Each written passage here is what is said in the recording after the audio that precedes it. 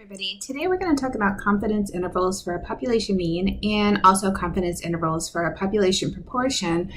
And what I really want to do is show you a couple Desmos programs I wrote to be able to do the confidence interval. So I'll briefly talk about what this all means, but mostly we're going to spend time looking at the program and to see how that's really going to help you. So first we're going to start with confidence intervals for a population mean. So we're going to find a 1 minus alpha times 100% confidence interval.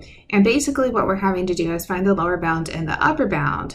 So the example I'm going to do for you is one where we actually do know the standard deviation of the population. So sigma is known. So we're going to do x bar minus z alpha over 2 times sigma over the square root of n, and then x bar plus z alpha over 2 times sigma over the square root of n. But we're not going to have to do it. Again, Desmos will do it for us. So here's our example, and just for full disclosure, I made all these numbers up. So we have a streaming service wants to estimate the mean length of time in minutes that customers stream on televisions. This does not include mobile devices.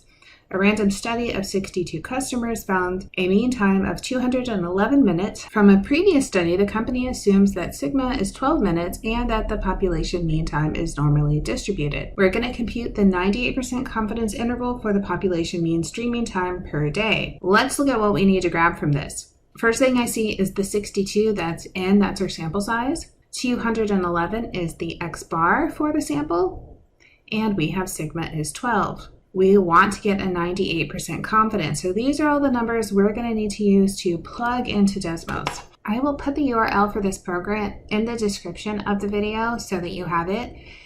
It's titled Confidence Interval when the population standard deviation is known. So it would be helpful if you had a Desmos account. Once you bring it over from the URL, you could save it to use it. So when I open it up, I have given names to everything so you know what you're putting in. So the sample mean, I'm calling M. So we said for this particular one, our mean was 211. S is our sigma. I did capital S to show that it's sigma. It won't let me do the actual symbol there, so I'm going to put in 12. N is my sample size, which we said was 62. And then the confidence interval, notice it says C is a decimal. So when I put in my confidence interval, I'm putting in 0.98.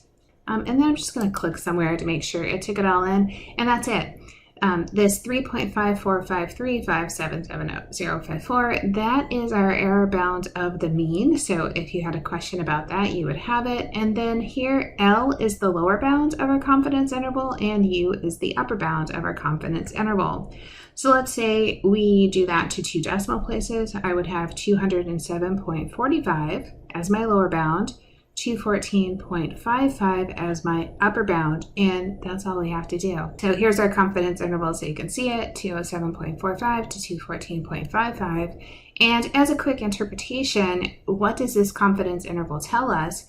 This says we're 98% confident that the population mean length of time in minutes that customers stream on their televisions a day is between 207.45 and 214.55 minutes. The second thing I want to do today is talk about a confidence interval for a population proportion. So very similar looking, that I'm still using a normal distribution to do it, but I'm just using a proportion versus using a mean. So lots of stuff looks the same. What's different here is that I don't have a sigma. So you can see I have p prime, I have 1 minus p prime, and I have it over n. Some books use p hat, same kind of thing, or sometimes they say p and q. I hope for us not to have to use that. We have something in Desmos that will do this work for us.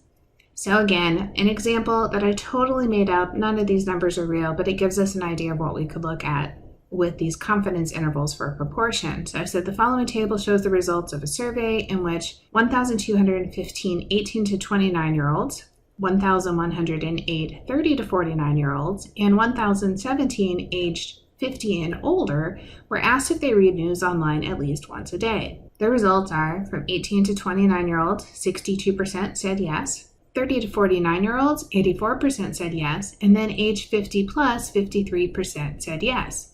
We are going to construct a 95% confidence interval for each age group. The program requires that you have a number for the yes responses. So it's not just having the percentage, but you have to have a number. So here's what we're going to do.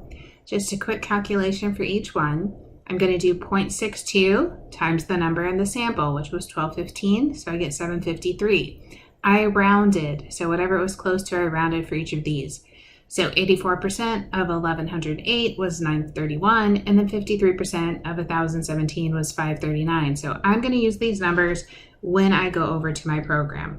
So the second program I'm going to use, I'm going to look through here, and it says confidence interval for a population proportion. So we're going to select that one. And again, I will put this in the description so you have a link to this. Notice the wording here. It says sample proportion P, and there's a decimal or a fraction. So you can do these as a decimal. I decided to do them as a fraction because I know that's kind of more familiar to some other programs like Minitab, so I wanted it to kind of look the same. So here I put in 753, which was our yeses, over 1215, our sample size. I'm going to again put the sample size here, 1215. I need to go down and check to make sure I have the right confidence interval. This one already says 95, so it's good.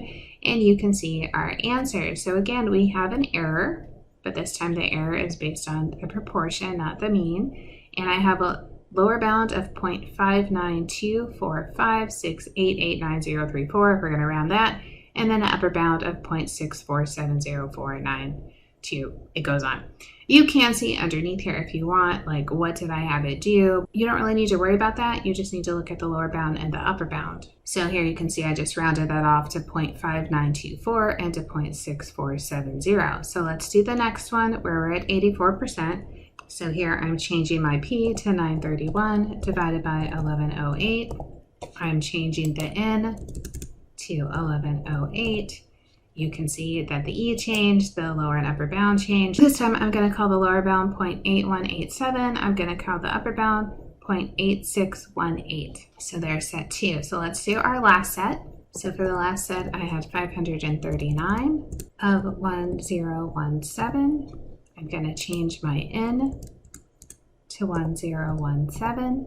You can see I stayed at the 95% because we're doing this the same for all of them. We have a lower bound of 0.4993 and upper bound of 0.5607. So there's our last one. So hopefully you'll find that this is super easy. You're not having to go back and use the inverse CDF or anything. You're not having to look up anything on the normal distribution. You just have to put in the different pieces of information like the sample size, the mean of the sample, or the sample proportion, and it'll help you with the confidence intervals. Good luck.